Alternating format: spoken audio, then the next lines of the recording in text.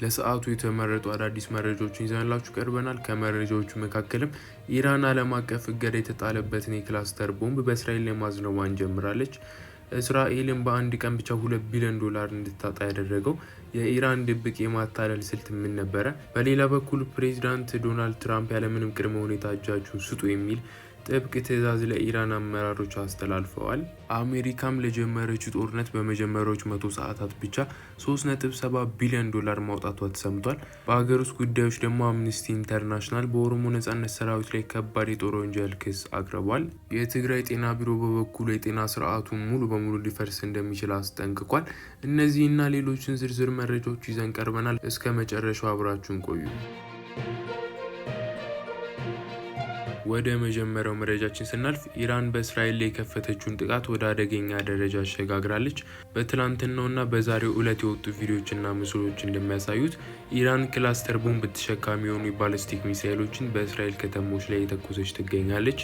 እነዚህ ሚሳኤሎች በአየር ላይ ሆነው በመቶዎች የሚቆጠሩ ትናንሽ ፈንጂዎችን የሚበትኑ በመሆናቸው የእስራኤል ዝነኛ የረንዶም የመከላከያ ስርዓት ሁሉንም ፈንጂዎች ለማክሸፍ ሲቸገር ታይቷል። ክላስተር ቦምብ በንጹሃን ዜጎች ላይ የሚያደርሰው ጉዳት እጅግ የከፋ በመሆኑ ከግንቦት 2008 ጀምሮ ዓለም አቀፍ ስምምነት ተደርጎበት እንዳይመረት፣ እንዳይሸጥ እና ጥቅም ላይ እንዳይውል የታገደ መሳሪያ ነው። ሆኖም ኢራን ይህንን የዓለም አቀፍ ሕግ ወደ ጎን በመተው በእስራኤል ምስራቃዊ ኢየሩሳሌም እና ሌሎች ስልታዊ ቦታዎች ላይ ጥቃቱን ቀጥላበታለች።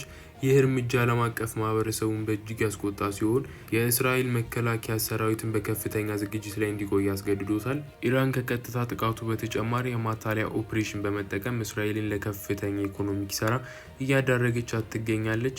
ዘገባዎች እንደሚያሳዩትም ኢራን በርካታ ቁጥር ያላቸው አነስተኛ ዋጋ ያላቸውን ዲኮይ ድሮኖችና ሚሳይሎችን ወደ እስራኤል በማስወንጨፍ እስራኤል የአየር መከላከያ ስርዓትን እነዚህን የውሸት ኢላማዎች ለማክሸፍ እጅግ ውድ የሆኑ ተመላሽ ሚሳይሎችን እንዲጠቀም አስገድዳለች። በዚህም በአንድ ቀን ብቻ እስራኤል $2 ቢሊዮን በላይ የሚገመት የመከላከያ በጀት እንድታጣ ሆኗል።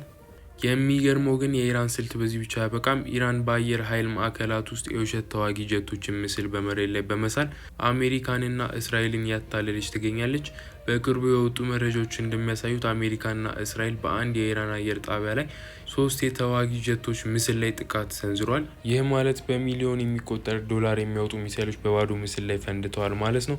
ይህ ስልት አሜሪካና እስራኤልን ከፍተኛ ወጪ እንዲያወጡ ከማድረግ ባለፈ ትኩረታቸውንና የጥቃት አቅጣጫቸውን ለመቀየር እየረዳት መሆኑ ተገልጿል። አሜሪካ በኢራን ላይ የጀመረችው መጠነ ሰፊ ወታደራዊ እርምጃ በሀገሪቱ ካዝና ላይ ከፍተኛ ጫና እያደረሰ ይገኛል። ኦፕሬሽን ኢፒክ ፊውሪ የተሰኘው ይህ ዘመቻ በተጀመረ በመጀመሪያዎቹ 100 ሰዓታት ብቻ አሜሪካ $3.7 ቢሊዮን ወጪ ማድረጓን የአልጀዚራና ሌሎች ዓለም አቀፍ ሚዲያዎች ዘግበውታል። ይህ ግዙፍ ወጪ ሊመዘገብ የቻለው አሜሪካ እጅግ ዘመናዊና ውድ የሆኑትን እንደ B-21 ሬደር ያሉ የራዳር ስውር ተዋጊ ጀቶችን፣ ተወርዋሪ ሚሳይሎችን እና የባህር ኃይል መርከቦችን በስፋት ጥቅም ላይ በማዋሏ ነው። በተያያዘ መረጃ ፕሬዚዳንት ዶናልድ ትራምፕ በትዊተር ገጻቸው ባስተላለፉት መልእክት ከኢራን ጋር ምንም አይነት ኔጎሽዬሽን እንደማይኖርና ብቸኛው አማራጭ ያለምንም ቅድመ ሁኔታ እጅ መስጠት ብቻ እንደሆነ ገልጸዋል። ትራምፕም ሜክ ኢራን ግሬት አጌን የሚል አዲስ መፈክር የተጠቀሙ ሲሆን ይህም የኢራን አመራር ሙሉ በሙሉ መወገድ እንዳለበት የሚያመለክት ነው። ወደ ሀገር ውስጥ ጉዳዮች ስንመለስ አምነስቲ ኢንተርናሽናል ዛሬ ባወጣው አዲስ ሪፖርት የኦሮሞ ነጻነት ሰራዊት በቄለም ወለጋ ዞን ውስጥ የቡድን አስገድዶ መድፈርን ጨምሮ ከባድ የሰብአዊ መብት ጥሰቶችን መፈጸሙን ከሷል። ድርጅቱ ከ2012 እስከ 2016 ዓ.ም ባለው ጊዜ ውስጥ የተፈጸሙ 10 የጥቃት ሰለባዎች ታሪክን የመዘገበ ሲሆን ከነዚህ መካከል 7ቱ እድሜያቸው ከ18 ዓመት በታች የሆኑ ህጻናት መሆናቸውም ተገልጿል። እነዚህ ጥሰቶች የጦር ወንጀል ሊሆኑ እንደሚችሉ አምነስቲ አስጠንቅቋል። በሌላ በኩል የትግራይ ክልል ጤና ቢሮ በክልሉ ባለው ከፍተኛ የነዳጅና የመድኃኒት እጥረት ምክንያት የጤና ስርዓቱ ሙሉ በሙሉ ሊፈርስ እንደሚችል አስጠንቅቋል።